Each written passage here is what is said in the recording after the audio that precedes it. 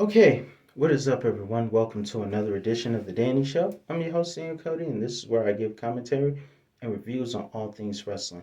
Before I get started on my review with Kane, let's talk about last night's episode of Raw real quick. First of all, great to see Mustafa Ali and Asuka back in action. It was great to see those. Tommaso made a heel turn that WWE did not acknowledge. I don't know why, but either way, nonetheless, love the tribute by Motionless in White Voices for Randy Orton's 20th anniversary. Glad Randy Orton got the last pin. It had to happen that way. Great to see the reunion with Legacy. Fun fact, Ted DiBiase Jr. has followed his father's footsteps and become a minister. Either way, great night last night. I really enjoyed it. But I will say, on a humorous note, if I could just find a video on YouTube where Disturbed Voices is playing for tribute to Randy Orton, that would be real cool. But with that being said, let's get to the reason we're really here. For the Big Red Machine, the Devil's Favorite Demon, the Monster, Kane, or, as one of my all time favorites, The Undertaker, said, he insists that he be called Mr. Mayor. So, Mr. Mayor Kane is Mayor Glenn Jacobs, who Mayor Glenn Jacobs doesn't is not Kane, but he knows Kane, just like Ezekiel is not Elias. He's totally Elias. But either way, moving forward, great to see Kane earlier tonight with Elias. Let's get started with the review of my top 10 favorite matches from Kane. And as you can see, I'm wearing red in honor of Kane. Let's get started at number 10. We have Kane teaming up with Mankind to face off against the New Age Outlaws, who are getting over with the crowd. You have The Rock and D'Lo versus The Undertaker and Stone Cold Steve Austin, tag team champions, while Stone Cold is also WWE champion at the time. To me, that was an all-star four-way tag match. You had the New Age Outlaws, you had The Rock, you had Stone Cold and The Undertaker, you had Kane and Mankind. And of course, D'Lo's cool too. He's doing commentary in Impact. So this is an all-star match to me. It was a match that Kane would not we wouldn't see Kane in action during that match a lot, but near the end he would choke slam the Undertaker to win the tag team championships from them, and immediately the Undertaker sat up, which was evidence proving that Kane and Undertaker were in conspiracy cahoots the entire time. This four-way match took place on August the 10th, 1998. Moving on, number 9, we have Kane's performance at the Royal Rumble 2001, where he set the all-time record for most eliminations before it was broken in 2014 by the head of the table, the Bloodline, Roman Reigns. Either way, at the time, Kane would go on to eliminate 11 stars, work with his brother during the match, and turn the match into a bit of a hardcore match, which is why that Royal Rumble match was one of my all time favorites. But Kane, while he had the best Royal Rumble performance ever, was eliminated and did not win the match. He was last eliminated by the winner, Stone Cold Steve Austin, as Stone Cold and Kane were the last two in the Rumble. At number 8, we have Shane McMahon versus Kane at Survivor Series 2003. Some of you have already seen my review on Shane McMahon earlier this year, sometime around January, whenever his birthday was. You can find his birthday tribute also on my playlist of wrestling birthday tributes. Check that out. This match was also on his list, but I have it here because Kane won this match. And as great as the match was, as great as the rivalry was, when Kane won the ambulance match, we wouldn't see Shane again until late 2005. So 2 years Kane has made Shane McMahon absent. Also, his brother, The Undertaker, faced Shane's father that night, and Kane helped Vince win. At number 7, we have Kane versus Stone Cold Steve Austin at King of the Ring 1998 in a first blood match. Now, let me just say, they sometimes you want to topple great matches that happened at the middle of the card, they didn't top Hell in a Cell between Mankind and Mick Foley. But it didn't stop it from being interesting. Speaking of Mick Foley, it's a miracle that Mankind was able to come back and interfere in this match after being tossed off the cell twice, thrown through thumbtacks and tombstone.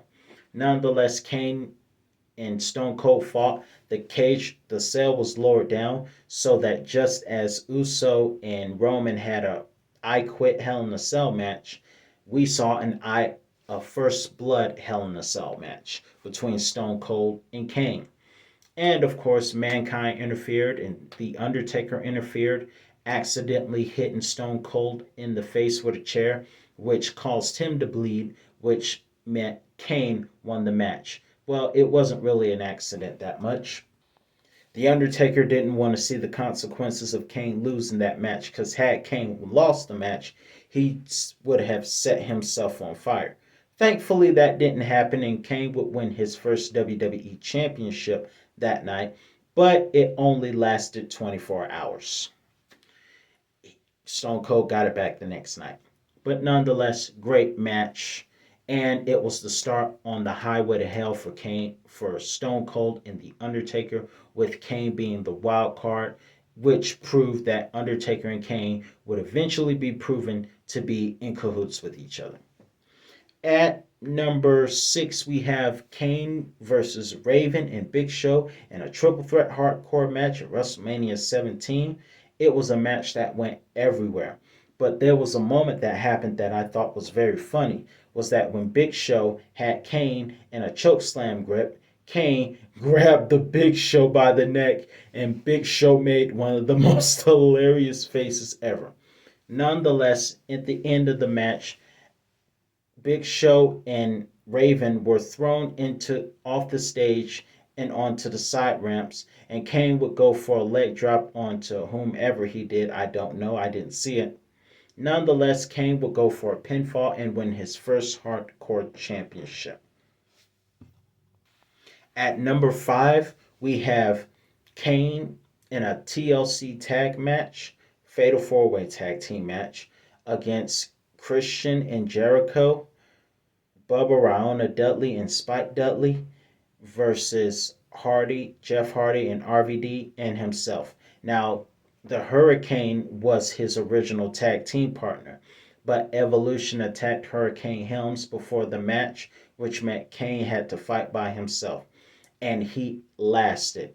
He overcame being leg dropped through a table by Jeff Hardy and coast to coast with a chair by RVD, and he overcame all of that long enough to chokeslam Jericho off the ladder and retain what was the Raw World Tag Team Championships, which he shared with the Hurricane. So despite Evolution's plans, Kane fought all other tag team off by himself. That's a bad dude right there. At number 4, we have an Inferno match between Kane and MVP at Armageddon 2006. Now, until then, we hadn't seen an Inferno match in 5 years, because the stipulation is you win when you set your opponent on fire. So that match doesn't happen often, but it happened at Armageddon. And of course, Kane won the match by setting MVP, back when he had cornrows, on fire, had him running with his back on fire. And what had me laughing was JBL having a fit. This is not right, Michael. This is not right. What in the heck is Teddy Long doing on SmackDown? We got Inferno matches, and we're getting our best talent and MVP set on fire on Friday nights. What in the heck is Teddy Long doing? This is sick. This is sickening, Michael. It's sickening, and I will not stand for it. JBL was having a fit, and I loved it. Now, I will say this. I bet you Bobby Lashley wants to set MVP on fire right now. Just kidding. Either way, great match with Kane. This is, ironically, Kane's only Inferno match victory because he faced off against The Undertaker twice, lost both times. First time, his arm caught fire. Second time, his foot caught fire. Third time was on SmackDown against Triple H, where his arm caught on fire because The Undertaker distracted him by attacking X-Pac at the time. At number 3, Kane actually won his first and only Inferno match. Isn't that ironic? The match was made for Kane, and Kane only has one victory in that match. It's crazy. But either way, at number 3, speaking of which, we have Kane versus his brother, The Undertaker, at WrestleMania 14. Now, even though Kane lost the match, it was a great match. Kane gave The Undertaker a run for his money.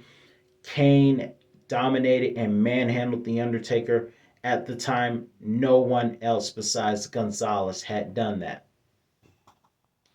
So Kane had done all of those things, gave chokeslam and tombstone, and The Undertaker said at the Hall of Fame that Kane stole all of his moves. But either way, Kane gave The Undertaker competition. And yes, it took 3 tombstones to put Kane down. And he halfway kicked out on the third one, but he came back to tombstone The Undertaker and was the last one left standing.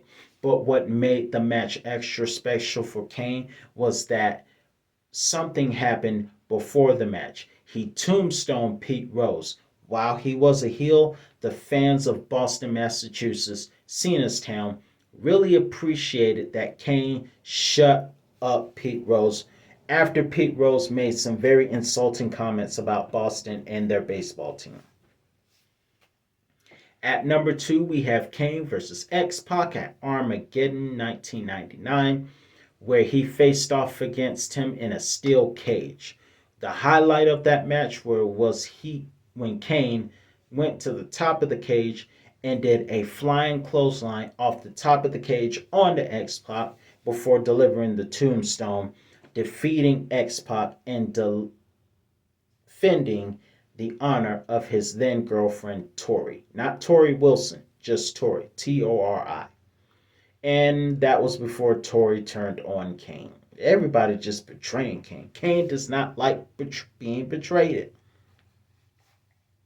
At number 1, we have another fellow DX member, Kane versus Triple H at Judgment Day 2001 in a chain match. Now, Kane and Undertaker, Brothers of Destruction, were facing off in a rivalry with the two-man power trip Stone Cold and Triple H, and it was sliced in half. Undertaker faced Stone Cold later, and Stone Cold would be successful when retaining the championship. However, Triple H was not so lucky. He faced off against Kane in a chain match for the Intercontinental Championship, and he would lose to Kane after Stone Cold accidentally hit Triple H in the head when he was going for Kane. So, Kane would win the match and win his first Intercontinental Championship. He won it again in 2002. And fun fact I forgot to mention, during the TLC match where he fought everyone by himself, he was actually Intercontinental Champion then also. But either way, Kane would defeat Triple H to win his first Intercontinental Championship at Judgment Day 2001. So, that's my list. What was your favorite Kane match? Let me know in the comment section below. I'm your host, Daniel Cody. That's all the time I have for you today. Happy 20th anniversary to Randy Orton. I'll be back with another review on all things wrestling soon. So, I'll see you later, folks.